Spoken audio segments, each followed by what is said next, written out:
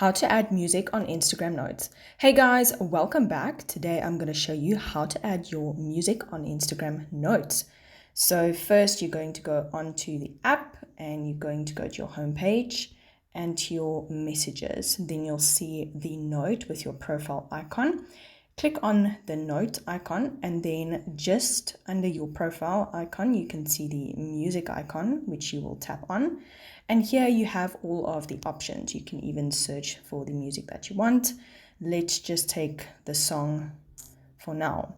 Here you can adjust the music, and once you have the perfect line start, you can just double tap on the mark and here we go. Then you can add a note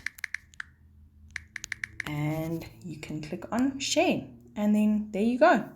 There you have the note posted, and that is that. Okay guys, hope this was helpful. Please don't forget to leave a like, comment and subscribe.